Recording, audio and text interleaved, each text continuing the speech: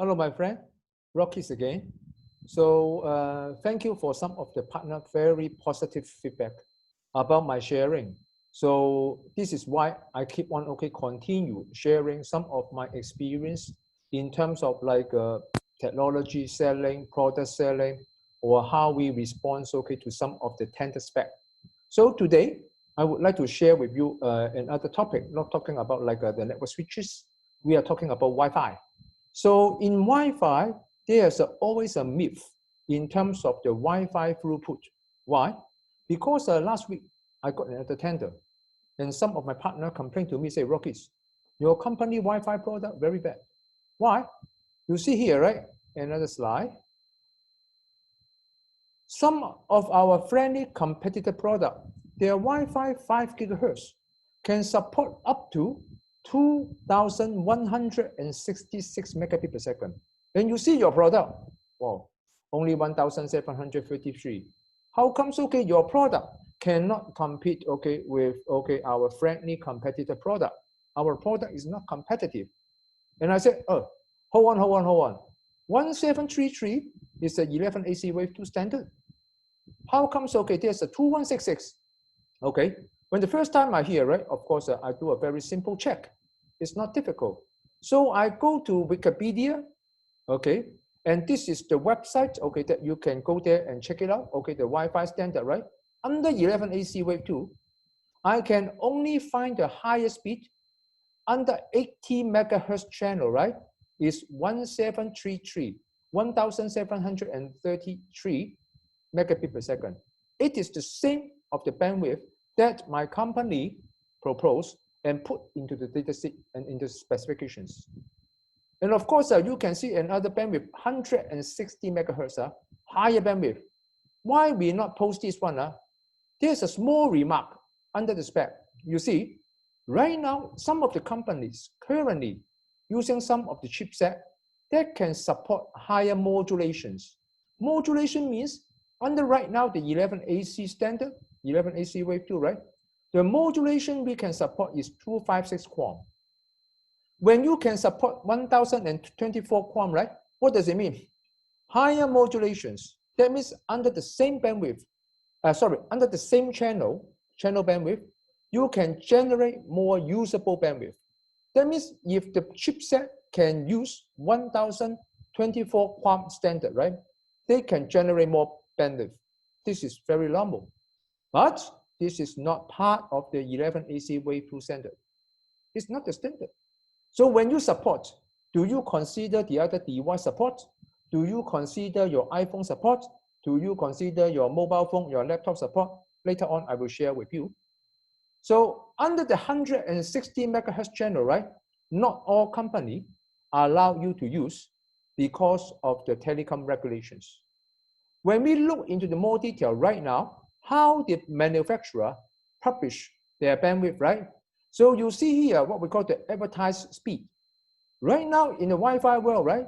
We are not talking about the actual bandwidth, the actual speed. We're just talking about the advertised speed. What does it mean? We just use both theoretical bandwidth add together, and then this has become the bandwidth of the access point. Of course, you will not achieve it because there's a lot of overhead, workload, whatever, right? This is the ideal bandwidth that you can achieve. Normally, in the market, we will add up like the 2.4 gigahertz band together with the 5 gigahertz band. Both ideal bandwidth coming together become the AC speed. So the highest speed, in theory, right now in the market, right? Some people will probably say, oh, I got 2 5 gigahertz channel.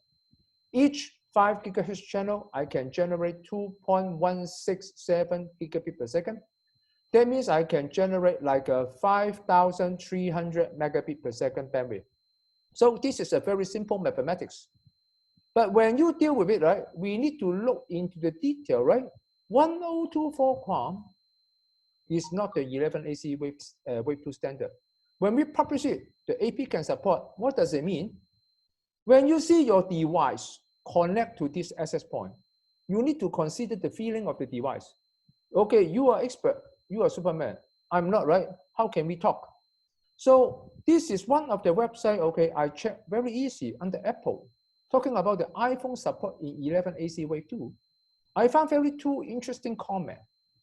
They say 20 megahertz channel is a narrow band, okay, and advise you to set 20 megahertz. 40 megahertz channel is sometimes called a wide channel. Are you going to use 80 megahertz channel with a very big bandwidth?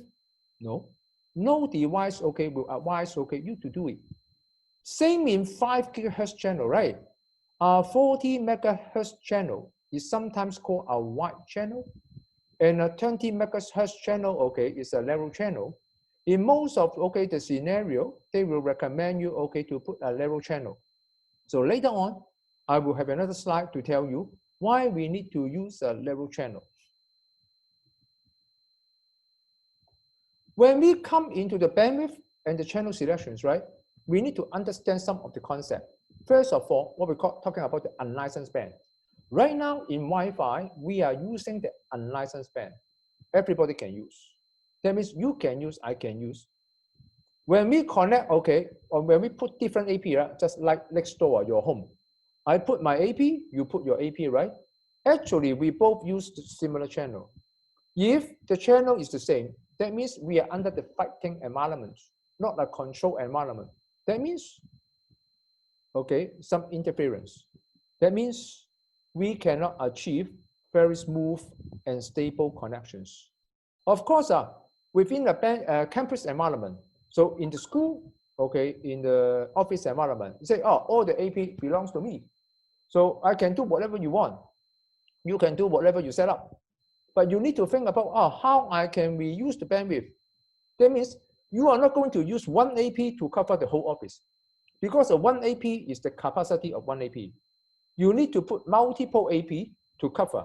And then in this case, that means different AP, if they are working in the same channel, the interference issues still happen. So 160 megahertz channel, I explained already. We are not encouraged to use because you cannot use any channel reuse. And also we have to do reasonable RF design. And also we can use smaller channel and reduce interference. What does it mean? Right now, when you look into the 5 gigahertz unlicensed band, okay, spectrum, that means your Wi-Fi AP used to connect your device. You can see, only one, okay, acting together, you can only get like a 160 megahertz channel. If you use 160 megahertz channel, other AP cannot use.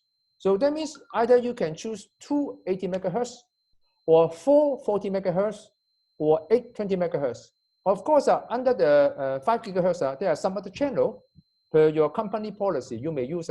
But right now you can only use, in most of the country, is UNII 3. That means theoretically, I can give you 2 80 megahertz channel, can generate a lot of the bandwidth, but you can only use 2 channel. How you can keep on repeating? Quite difficult. Okay, so we need to use smaller channel to reduce the interference happen. So when you see 2.4, much more serious, because under 2.4, we have only a 420 megahertz channel, and under this band, microwave, Bluetooth, CB, they all use, okay, the same frequency. That means why most of the people complain about the 2.4, when I connect the Wi-Fi using 2.4, the experience is very bad. So right now, all the devices move to 5 gigahertz. And under 5 gigahertz, right? If you say, right now, in my home, I set my AP, okay, 80 megahertz channel.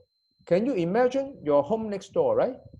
When they choose 20 megahertz or 30 megahertz channel, it will fall into your same 80 megahertz channel and generate the interference. So that means this is a very important consideration when you think about the Wi-Fi. And we have to tell our partner and customers, don't fall into the bandwidth hype. Bandwidth is just a number.